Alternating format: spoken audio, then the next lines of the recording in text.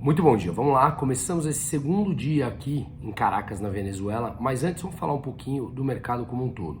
Ontem saíram dados da reservas internacionais da China, falou isso para contextualizar que eu acho um número interessante. O PIB do Brasil é mais ou menos 1,8 trilhão de dólares e as reservas internacionais do Brasil mais ou menos 350, 360 bilhões de dólares, tá? A China, que tem um PIB de quase 18 trilhões de dólares, tem uma reserva de 3,1 trilhões. Isso significa que somente as reservas internacionais da China representam 70% do PIB brasileiro.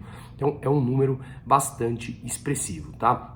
Bom, falando um pouquinho dos Estados Unidos, ontem o ponto principal foi Jerome Powell, presidente do Banco Central americano, que foi muito mais duro no seu discurso e que os juros deverá continuar subindo para conter a inflação, porque os dados fortes da economia seguem vindo.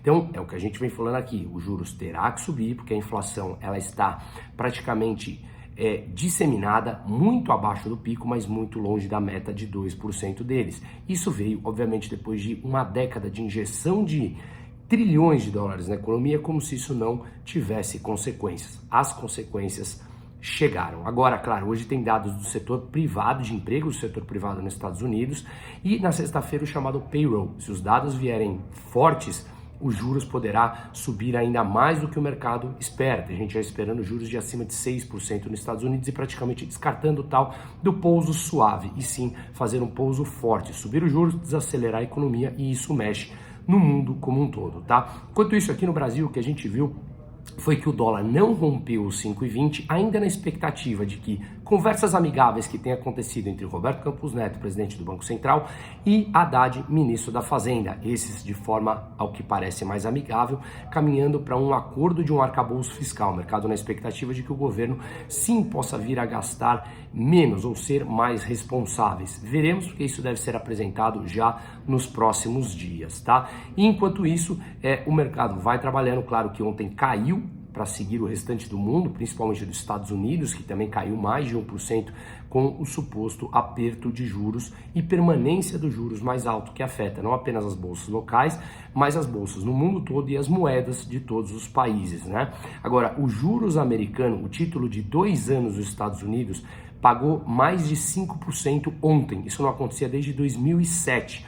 E os juros de 10 anos pagando quase 4%. Então a diferença entre o título de 2 anos de 10 anos abriu para um maior patamar desde 1981.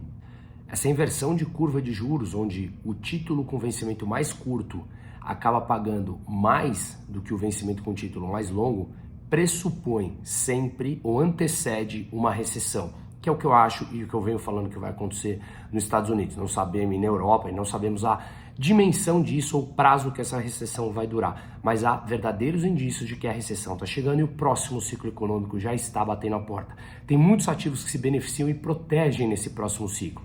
E a ideia é justamente essa que a gente fala para os nossos clientes no dia a dia. Já está bem claro, a gente vinha falando do fim desse ciclo durante os últimos 2 anos, que ele chegaria ou estaria muito próximo de chegar, e agora o próximo ciclo já bate a porta. Temos sim oportunidades para aproveitar enquanto isso, tá? Bom, hoje vamos segundo dia aqui em Caracas, hoje vamos visitar os lugares mais pobres, uma das maiores favelas da América Latina, Petare, e ontem a gente ficou, digamos, na bolha da bolha. Então a gente viu um mercado funcionando, entre aspas, de forma normal, com loja da Ferrari, com supermercados com abundância, que teve, depois da escassez que a Venezuela passou, teve a volta do produto, principalmente pela dolarização da economia, mesmo que no oficial é tudo dolarizado, e o fim do preço teto imposto pelo governo em produtos básicos. E isso, obviamente, sempre leva à escassez. Então vamos com a gente, compartilha, para a gente ir conhecendo verdadeiramente o que é a Venezuela. Lembrando que aqui eu só vou passando insights, que a gente está